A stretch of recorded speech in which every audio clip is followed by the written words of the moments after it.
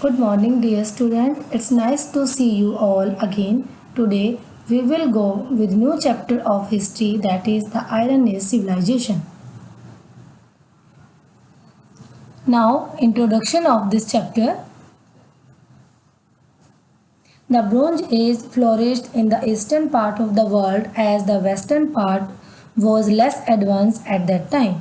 Around 1200 BC, the Iron Age followed the Bronze Age. Discovery of iron led to the manufacture of strong tools. The greatest achievement of the Iron Age is field of literature. Now we will discuss about different civilization. First, Greek civilization. People worshipped many gods and goddesses. Zeus is the supreme god known as king of god. Occupation, agriculture, shipbuilding, trading, sculpting, pottery, invention, calculated the circumference of the earth, drew maps of the world, Olympic Games. Now, second is Roman civilization. People worship goddess Vesta, Venus, and gods Jupiter, Mars, Mercury, and Juno. Occupation, agriculture, trading, fighting, warriors. Invention, concrete, water system, roads, Latin names of the months, Roman laws. Third is Iranian civilization. People worshipped gods Indra, Vayu, Mitru, fire, and Zoroastrianism. Occupations, trading, shipbuilding, crafts, silk weaving, pottery, metal work, and gem cutting.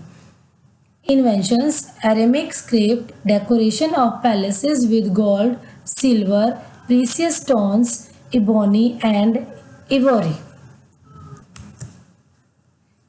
Now, the Vedic civilization. The term Veda is derived from the root word Ved, which means to know. Thus, the term Veda means knowledge. Due to the word Vedas, this period is known as Vedic period. Vedas are the main source of information of this period. Vedic period is divided into two parts. First, early Vedic period, and second is later Vedic period. How many Vedas we have? We have four Vedas.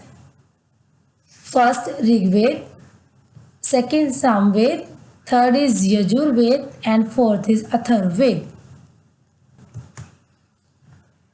Now we will discuss on the early Vedic period. The early Vedic period lived in the Saptashindhu region, present-day Haryana and undivided Punjab. This region had 7 rivers: Indus, Jhelum, Chenab, Ravi, Beej, Satluj and Saraswati. Hence the name Saptashindhu. The rivers Indus and its tributaries Beej, Satluj and Saraswati are mentioned in the hymns of the Rig Veda. The rivers Ganga and Yamuna are mentioned only once. Most of the information of the early Vedic period comes from the Rig Veda. Therefore, this period is also referred to as the Rig Vedic period. Now, the later Vedic period or Epic Age. At the beginning of the later Vedic age, around 1000 BCE, people began to use iron. This was the beginning of the Iron Age in India. During this period, the Aryans moved towards the Gangetic plains and settled in the Ganga Yamuna Doab region. Many changes took place during the later Vedic period. Most of the information of this period comes from the Samved, Yajurved and Atharvaved. The other Vedic texts, the Upanishads, Brahmanas and the Arankas also of this period. The various events mentioned in Ramayana and Mahabharata are believed to have taken place during the end of the later Vedic age. Hence, this period is known as the Epic Age. Next is political condition. Here we will discuss about the political condition between early Vedic period and later Vedic period. Early Vedic period kingship was not hereditary, and in later Vedic period kingship was hereditary. No capital, state and cities during early Vedic period. Small and large kingdom was separated during the later Vedic period. No such practices made in early Vedic period, and in later Vedic period practices like Ashwamedha yajnas performed. Now social condition.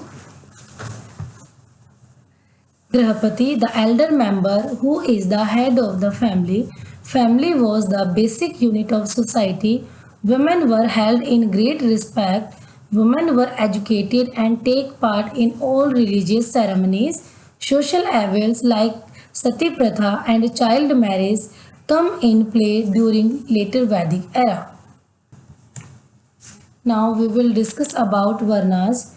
Here are four Varnas: Brahmin, Kshatriyas, Vaishyas and Shudras. Brahmins looked after the religious matters. Kshatriyas protected the people from internal and external harms. Vaishyas were the cultivators and craftsmen, and the Shudras were the laborers who served the above three classes.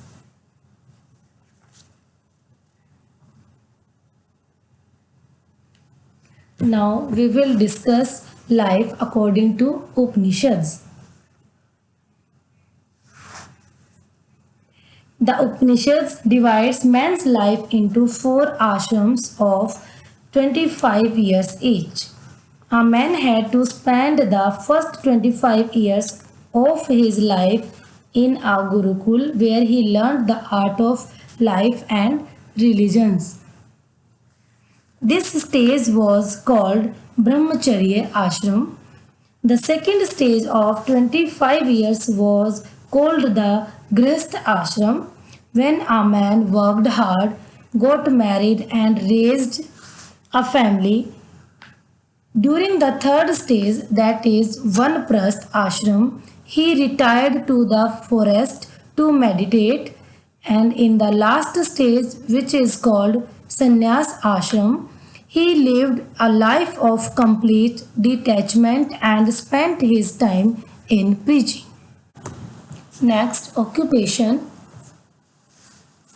Agriculture was the main occupation of the people. Other occupations like pottery, weaving, carpentry, jewelry making, etc. also performed.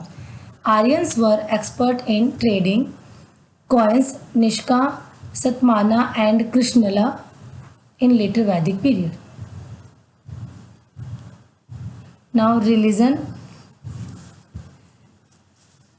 Indra, god of thunder; Vayu, the god of wind; Prithvi, the god of earth; Agni, the god of fire; Surya, sun god.